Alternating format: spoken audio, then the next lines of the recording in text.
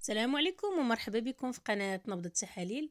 اليوم غادي نهضروا على موضوع بزاف الناس كيسولوا عليه: شنو خاصني ندير قبل ما نمشي ندير التحاليل؟ واش خاصني نصوم؟ واش القهوة ممنوعة؟ واش نقدر ناخذ الدواء ديالي؟ بزاف ديال التفاصيل الصغيرة اللي ممكن تأثر على النتيجة، لكن اليوم ان شاء الله غادي نشرحوها لكم بطريقة بسيطة وواضحة باش تكون تحاليلكم دقيقة ومضمونة. اول واهم حاجة اللي هي الصيام، فمجموعة من التحاليل خاصها الصيام، بحال السكر، الكوليسترول، تريغليسيريد، الدهون اللي هي الدهون الثلاثية، تحليل ديال الحديد، الخزان الحديد. فهذه مجموعة من التحاليل، فلا بد أنك تكون صائم 8 حتى 12 ساعة. يعني ما تاكلش، ما تشربش لا قهوة لا حليب لا عصير، مسموح فقط بالماء. من الأحسن ديروا التحاليل في الصباح بكري. فمثلا الا خديتي وجبه العشاء مع 8، خاصك دير التحاليل مع 8 ديال الصباح. ومن الاحسن يكون عشاء خفيف خالي من الدهون المهدرجه. تجنبوا المقليات، الاكلات اللي مشبعه بالدهون بحال المرق. هناك بعض الاغذيه بحال القهوه، العصير او حتى العلكه راها ممكن انها تاثر لكم على النتيجه. تاني نصيحه: اغلب التحاليل خاصها الدار في الصباح قبل 10، حيث القيم البيولوجية كتكون مستقرة.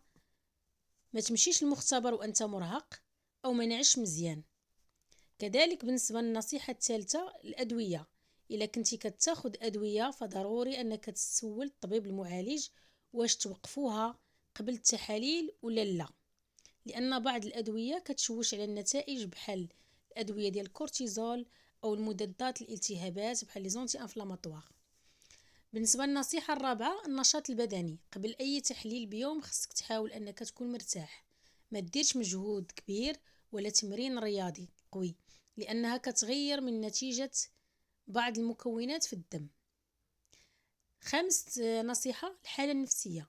حتى التوتر والخوف راه كيرفعوا السكر والضغط مؤقتا، لذلك خذ قبل أي تحليل نفس عميق وارتاح شوية.